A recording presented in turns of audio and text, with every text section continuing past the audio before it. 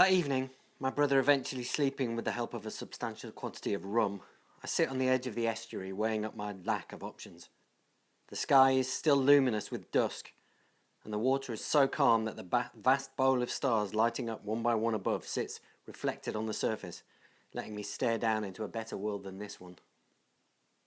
All is quiet except for the sound of the birds out on the marsh, and I'm considering the possibilities of poisoning or drowning our father, or alternatively my brother and myself, and which would be the greater sin, when I catch the manure scent of drifting cigar smoke out on the water, and make out the shape of something that I can only assume to be a seal on its way up the river.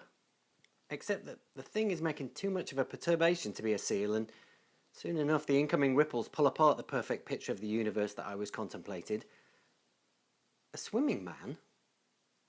In fact, as it draws closer, I make out that it's a man, all right, not swimming, but gliding along as if in a very low Eskimo kayak.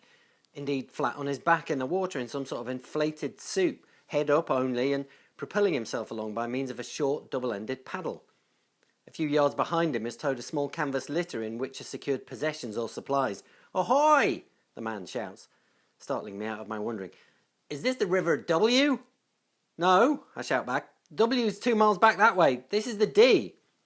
He's far from the first to make the mistake and says loudly, "God damn it!" But nevertheless he comes in anyway, unwelcomed, pulling up to rest a few feet from the landing, which lets me get a better glimpse of the rubber contraption covering him from head to foot, secured with various straps and attachments, and a tube by his mouth, seemingly to keep the flotation device full of air, although it's currently a cigar that he has clamped between his teeth. "Dangerous to be sailing these waters this close to dark," I say, feeling the need to assert some authority in this situation, though as casually as I can. "A barge or oyster boat could run you down and not even know it." "And why," he comes back with a strange accent, and not just on account of the cigar held in his mouth, "would a barge or oyster boat be out at this time of night?" "They might be about other business than barging or oystering. Either way, you'd be wise to adopt some sort of running light." "You may be right. How would I go about that, do you think?" "A lantern, projected by means of a pole from your left foot there, in the same way you have a socket on the right for that currently lowered sail strapped along your leg. Simple enough to fashion in a basically equipped workshop is what I think. And I'm proud of that.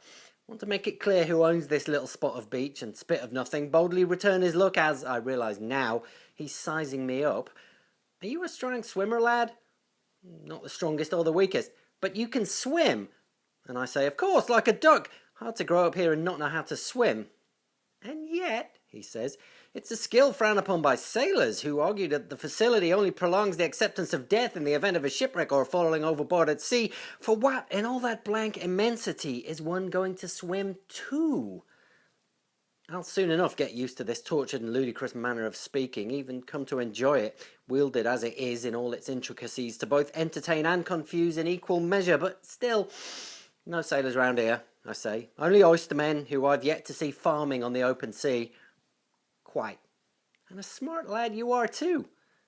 And with that he comes ashore, laying down his paddle and getting to his feet with my assistance, the water pouring from all the crevices of his rubber suit, and shakes my hand with his rubber-gloved one. "So where," he asks, "might an exotic traveller find a place to sleep for the night about these parts?"